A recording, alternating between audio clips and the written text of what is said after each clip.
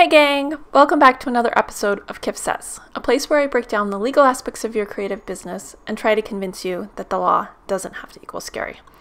Last week, we started filling out the eCo application form for registering a work with the Copyright Office.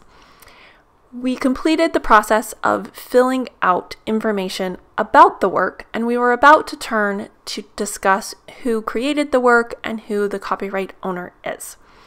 So we'll dive back in with filling that out. As I mentioned last week, when you set up your profile with the Copyright Office, when you establish your account, you have the ability to provide them some personal information about yourself, including your address. The reason I suggest that you fill out this information is because of the amazing Add Me function that we'll use for the first time on this page. When you click the Add Me button, it's going to go ahead and pre-populate all of the fields that it has information for. Now, if you didn't use this and set this up the first time you created your account, you can go ahead and click on My Profile, and it will take you into a tab where there's an address book that you can add your information. And that will go ahead and help you as we go through this process. So it's entered that my name is Kiff Staley. I am a US citizen. Now you only select your either country of citizenship or the place that you live. You don't select either. If you're a US citizen, I would just automatically check the citizenship box. It will have you check these boxes over here if the work was published anonymously under a pseudonym, and if it was, what that pseudonym was. And then you have the option of entering your year of birth. Not required, however. Once you do that, we're going to turn to what this person created that was included in this work. Now, for the course content, I created both written content and included some photographs. So both the text and the photographs were mine. If I had created some illustrations or the other, I could check the artwork box. If there was a computer program, an app that went along with this, I could check that box. Or if there's anything else that doesn't fit in one of these categories, I could check that as well. Now, the reminder is down here that if we need to have more than one author, then we're on the improper application, and you can go ahead and click that Change Application box to switch you over to an application that will allow for more than one author. Next, now that we've addressed who created the work, we're going to turn to who the copyright owner is. Now, because I've selected that I am both the copyright owner and the creator, and I'm using that streamlined application, it's not going to let me put someone else's name as the copyright owner, the claimant, in this box. Again, if someone else needs to have that, then I need to be on a different application. Once again, I will click the Add Address, and it will pre-populate my address for me, so that I don't have to type that information in. This next page can be a little bit confusing, and it's here to limit our claim if we've incorporated work that either belongs to someone else, is in the public domain, or belongs to us but has been previously published. So, in this instance, for the course content, many of the photographs were brand new and had never been published before. But some of the photographs would be considered published previously, and I incorporated those into it. So what I'm going to say is that some of the photographs in the course content need to be excluded from this application, and that I've included new text and new photographs here. I don't have to explain to the Copyright Office what I incorporated.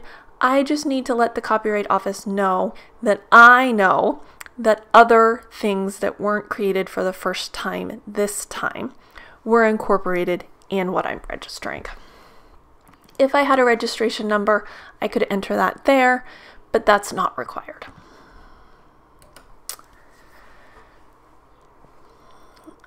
The last several pages are all about who either the Copyright Office can contact or third parties can contact if they want to license the work.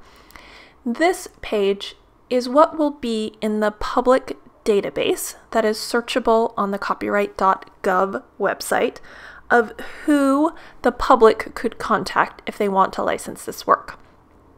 If you don't want your address to be part of this public record, then this page is optional and you're not required to fill it out. If you have a post office box, if you have an address that you don't mind having on that public database record, then you can fill that out. My address is public record already, and so I'm not concerned with having that there as well. And so I've completed that information by using the Add Me button.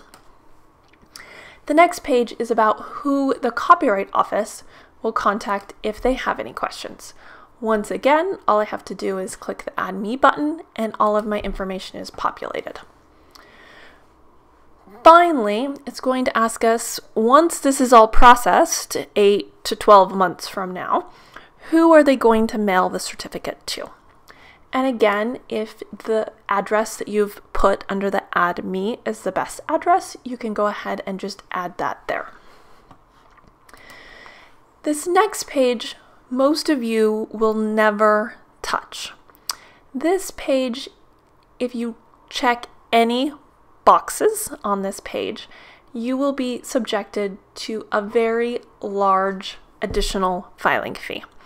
This page is only used in very rare circumstances. For example, if there's litigation pending, if you're dealing with an issue with customs, or if you've got some sort of contractual or publication deadline that you're trying to meet.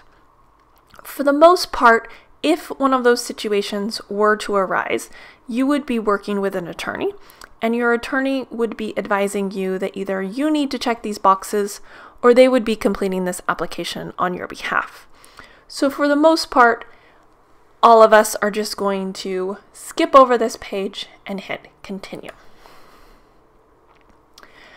The final page of this application before we review it is just the certification that you're either the owner or the creator, the author, or someone who's authorized to fill out this on their behalf. Since I am both of those people, I can go ahead and enter my information there. I'm going to hit continue, and then it's going to take us to a page where we can review all of our information. Since this was a pretty straightforward application, everything looks good and I don't really have to worry about it. And so once I've reviewed all my information, I will go ahead and add it to my cart. Now you'll notice that we went from the yellow bar being over form to the yellow bar being over pay. And that's because, as our third and final video in this series will address, we're going to move on to how to pay and then how to properly upload your work with the Copyright Office. At this point, we've got your application complete and you're all ready to finish the last two requirements that you have to do to complete your application with the Copyright Office. Thanks so much for tuning in, and I'll see you next time.